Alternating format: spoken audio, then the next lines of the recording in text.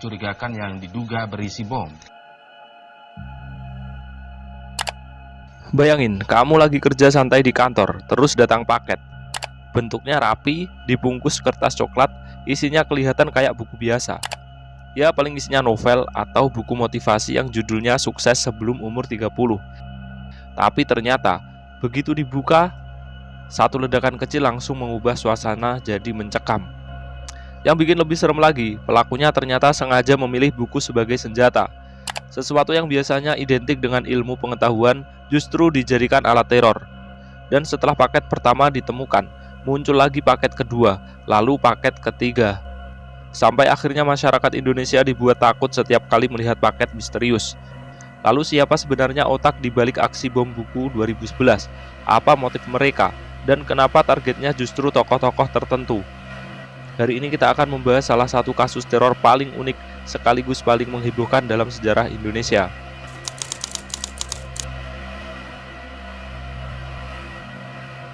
Tahun 2011, Indonesia sebenarnya masih belum benar-benar pulih dari rentetan aksi teror pada dekade sebelumnya. Nama-nama seperti bom Bali, bom JW Marriott, Ritz-Carlton, sampai jaringan Nurdin M. Top masih segar di ingatan masyarakat. Banyak orang mengira setelah beberapa tokoh teroris berhasil ditangkap atau tewas, ancaman itu mulai mereda. Ternyata, yang berubah bukan niatnya, melainkan caranya. Kalau dulu bom ditaruh di mobil, di ransel, atau diledakkan di tempat ramai, kini muncul metode baru yang jauh lebih mengejutkan. Bom disembunyikan di dalam buku. Modus seperti ini tergolong baru di Indonesia dan membuat aparat keamanan harus berpikir lebih keras. Karena benda yang terlihat biasa ternyata bisa menjadi ancaman serius. Tanggal 15 Maret 2011, di kawasan Utan Kayu, Jakarta Timur, sebuah paket datang ke komunitas Utan Kayu. Paket itu ditujukan kepada Ulil Absyar Abdallah, tokoh yang dikenal sebagai pendiri jaringan Islam liberal. Awalnya tidak ada yang aneh, ukurannya seperti buku biasa, bungkusnya juga rapi. Penerima paket bahkan sempat mengira ini hanyalah kiriman buku dari seseorang. Namun ketika bungkus mulai dibuka, terlihat ada kabel mencurigakan di dalamnya. Nah, di titik ini suasana langsung berubah. Semua orang mulai sadar, kayaknya ini bukan buku biasa. Pihak kantor kemudian menghubungi polisi karena khawatir paket tersebut berisi bahan peledak. Beberapa petugas datang ke lokasi. Saat itu, belum semua orang benar-benar memahami modus bom buku. Ketika paket diperiksa, terjadi ledakan. Ledakan itu memang tidak sebesar bom mobil, tetapi cukup kuat untuk melukai orang-orang di sekitar lokasi. Korban paling parah adalah Kasat Reskrim Polres Jakarta Timur, Kompol Dodi Rahmawan, yang mengalami luka serius pada tangannya. Beberapa anggota polisi dan seorang pegawai juga ikut terluka. Sejak saat itu, Indonesia sadar, ini bukan paket biasa. Ada seseorang yang sedang mengirim pesan lewat teror.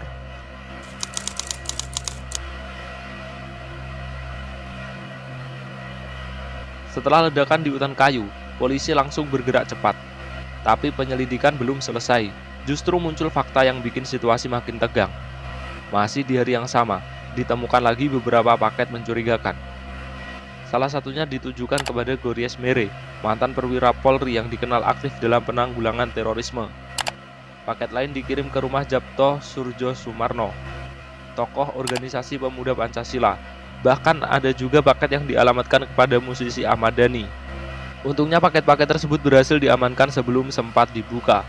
Polisi kemudian memastikan semuanya memiliki pola yang sama, yaitu bom yang disamarkan di dalam buku. Artinya, pelaku memang sudah menyiapkan aksi ini secara terencana dan menargetkan beberapa orang sekaligus.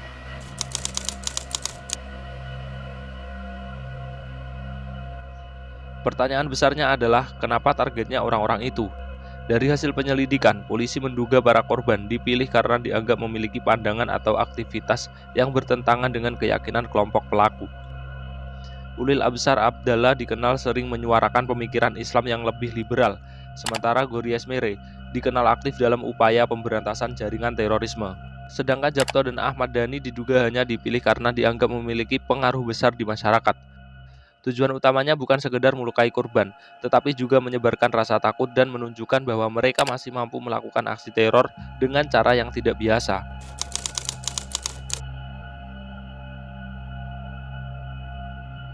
Tim Densus 88 bersama kepolisian kemudian membentuk tim khusus. Setiap serpihan bom dikumpulkan dan diperiksa, mulai dari kabel, baterai, rangkaian elektronik, hingga jenis bahan peledaknya dianalisis satu persatu. Dari sana muncul dugaan bahwa bom-bom tersebut dibuat oleh jaringan yang masih memiliki hubungan dengan kelompok teroris lama di Indonesia. Penyelidikan kemudian mengarah ke beberapa orang yang sebelumnya sudah masuk dalam radar aparat. Satu persatu identitas pelaku mulai terungkap, dan pengejaran besar pun dimulai.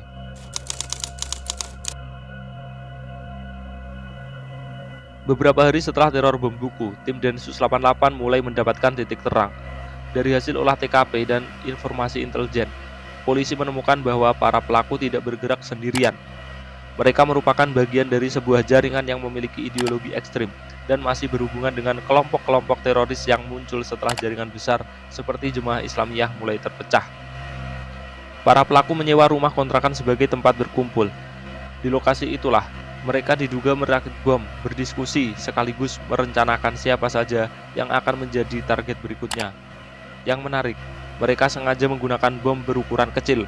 Tujuannya bukan untuk menimbulkan ledakan besar, melainkan agar paket tidak menimbulkan kecurigaan saat dikirim. Dengan kata lain, mereka mengandalkan unsur kejutan.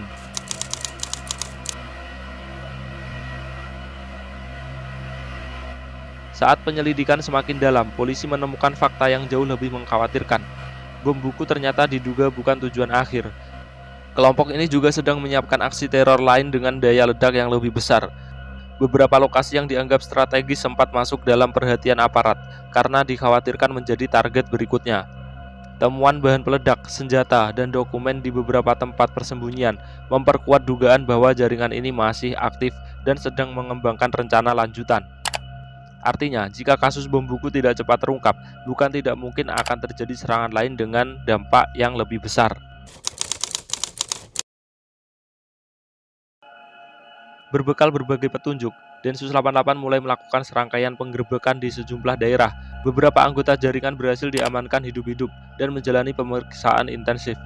Dari keterangan para tersangka, penyidik semakin memahami bagaimana bom itu dirakit, siapa yang berperan sebagai perakit, pengirim paket, hingga orang yang memberikan perintah. Meski begitu, masih ada beberapa anggota yang memilih melarikan diri. Pengejaran pun terus dilakukan hingga ke berbagai wilayah di Pulau Jawa. Suasana saat itu benar-benar menegangkan karena aparat harus bergerak cepat sebelum para pelaku sempat menjalankan rencana berikutnya.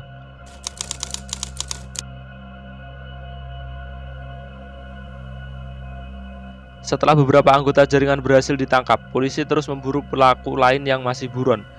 Sejumlah penggerebekan dilakukan di berbagai daerah. Dari operasi-operasi tersebut, aparat berhasil menyita bahan peledak, senjata api rakitan, amunisi, serta berbagai dokumen yang berkaitan dengan aktivitas jaringan tersebut. Barang bukti itu memperkuat dugaan bahwa kelompok ini memang telah menyiapkan lebih dari satu aksi teror. Meski ada beberapa pelaku yang sempat berusaha menghindari penangkapan, satu persatu akhirnya berhasil dilumpuhkan atau ditangkap. Dengan begitu, rangkaian teror bom buku yang sempat membuat masyarakat resah berhasil dihentikan.